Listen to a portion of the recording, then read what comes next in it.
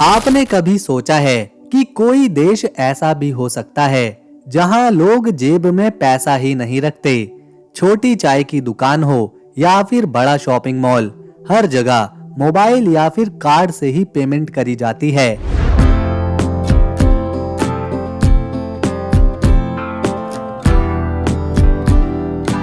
ये देश पूरी तरह से कैशलेस बन चुका है।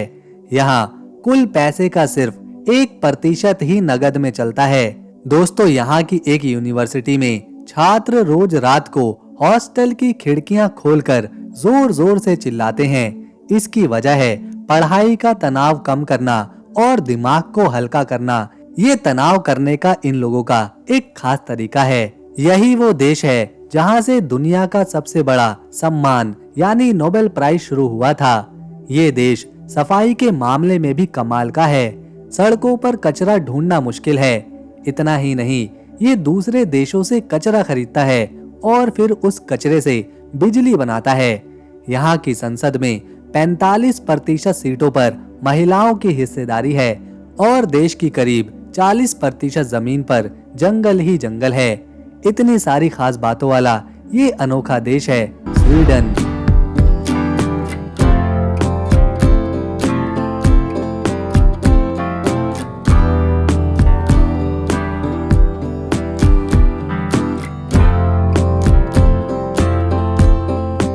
अब जरा नक्शे पर देखते हैं। स्वीडन यूरोप के ऊपर वाले हिस्से में है। यह स्कैंडिनेविया इलाके में आता है। इसके पास नॉर्वे, फिनलैंड और डेनमार्क जैसे देश हैं। स्वीडन काफी बड़ा देश है। इसका एरिया लगभग 4.5 लाख वर्ग किलोमीटर में फैला हुआ है, यानी भारत के राजस्थान से थोड़ा सा बड़ा। स्वीडन में 1 करोड़ लोग रहते हैं। यहाँ ज्यादातर ईसाई हैं। मुस्लिम लोग भी यहाँ रहते हैं और बहुत से लोग ऐसे भी हैं जो किसी भी धर्म को नहीं मानते। यूरोप के ज्यादातर देशों में यूरो ही चलता है, लेकिन स्वीडन में अपनी खुद की अलग करेंसी है जिसे स्वीडिश क्रोना कहते हैं और 1 क्रोना हमारे देश भारत के 9 रुपए के बराबर वैल्यू रखता है। यहाँ लोग कैश बहुत कम इस्तेमाल करते हैं। हर जगह डिजिटल पेमेंट चलती है, इसीलिए स्वीडन को दुनिया का कैशलेस देश माना जाता है। ये देश दुनिया को एक मशहूर ब्रांड भी दे चुका है जिसका नाम है आइकिया। ये कंपनी सस्ते, आसान और स्मार्ट फर्नीचर के लिए जानी जाती है। आइकिया की सोच भी स्वीडन की सोच जैसी है, सादा, टिकाऊ और काम की। ये देश खेलों में भी आगे है। आइस हॉकी, फुटबॉल और विंटर स्पोर्ट यहाँ पर बहुत ही लोकप्रिय हैं। यहाँ पर बच्चे छोटी उम्र से ही खेलों से जुड़ जाते हैं। स्वीडन दुनिया के सबसे सुरक्षित देशों में गिना जाता है। यहाँ पर अपराध बहुत कम है। लोग एक दूसरे पर भरोसा करते हैं और नियमों का पालन करते हैं। यहाँ सरकार और जनता के बीच भरोसे का रिश्ता है। लोग टैक्स देते हैं और बदले में उन्हें अच्छी सुविधाएं दी जाती हैं। ये है स्वीडन की राजधानी स्टॉकहोम। ये शहर नया नहीं है। स्टॉकहोम की कहानी 800 साल पुरानी है।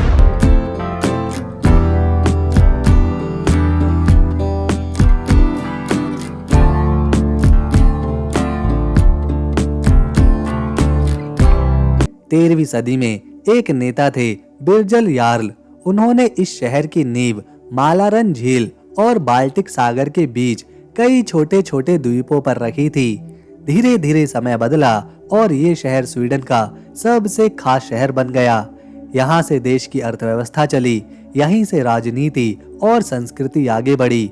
एक समय ऐसा भी आया जब स्वीडन, डेनमार्क और नॉर्वे मिलकर एक साथ जुड़े हुए थे, जिसे कलमार यूनियन कहा जाता है। फिर साल 1523 में गुस्ताव वासा ने स्वीडन को आजाद कराया और स्टॉकहोम को देश की राजधानी घोषित किया। 17वीं सदी में स्वीडन बहुत ही ताकतवर बन गया था। इस दौर में स्टॉकहोम में कई शानदार इमारतें बनी, जैसे कि शाही महल और सरकारी इमारतें। इसके बाद 19वीं सदी में इंडस्ट्री बढ़ी और 20वीं सदी में मेट्रो रेल और आधुनिक सुविधाएं यहाँ पर आईं। इन सब ने स्टॉकहोम को यूरोप के सबसे खास शहरों में शामिल कर दिया। आज स्टॉकहोम स्वीडन की रीढ़ की हड्डी है। यहीं पर इसकी संसद है, सरकारी दफ्तर हैं और दूसरे देशों के दूतावास भी। ये शहर दुनिया से बहुत अच्छे से जुड़ा हुआ है। यहाँ अरलांडा इंटरनेशनल एयरपोर्ट है और तेज ट्रेनों का नेटवर्क भी। स्टॉकहोम में करीब 10 लाख लोग रहते हैं।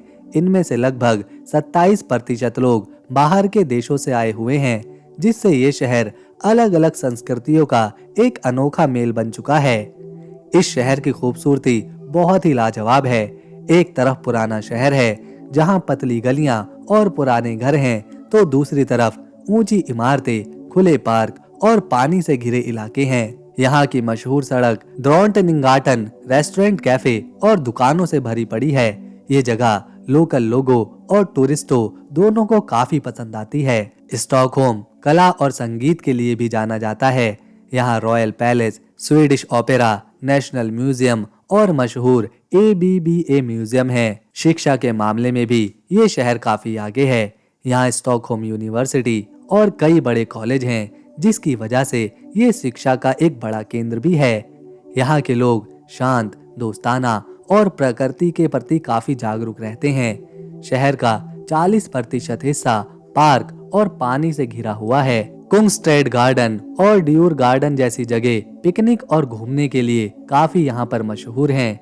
यहाँ शिक्षा और इलाज सरकार की तरफ से मुफ्त मिलता है, जिससे लोगों की जिंदगी काफी अच्छी रहती है।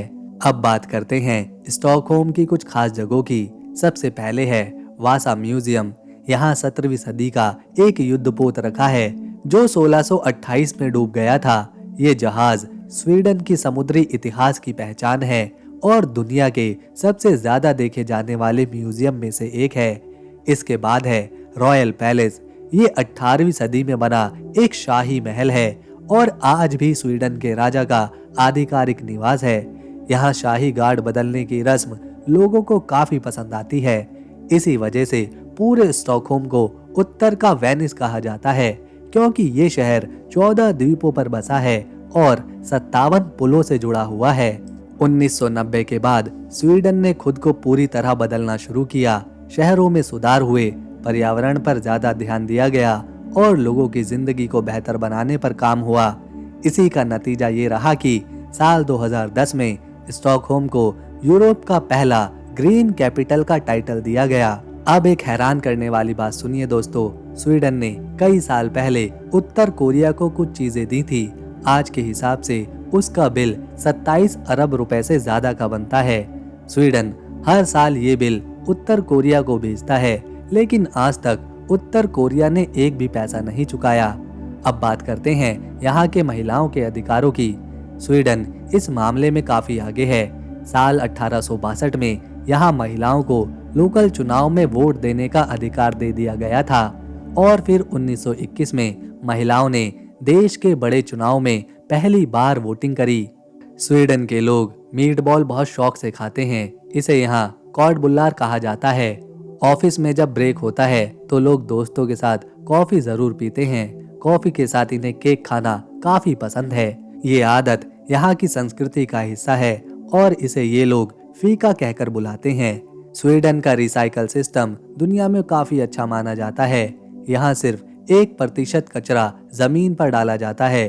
बाकी कचरे को या तो दोबारा इस्तेमाल किया जाता है या फिर उससे बिजली और गर्मी बनाई जाती है। स्वीडन इस काम में इतना आगे है कि नॉर्वे और इंग्लैंड जैसे देशों से ये कचरा तक खरीद लाता है।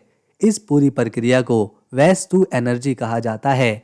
इससे सर्दियों में घर को गर्म रखने में मदद मिलती है। लगभग आधा कचरा बिजली और हीट बनाने में जाता है और बाकी कचरा रिसाइकल या खाद में बदल दिया जाता है।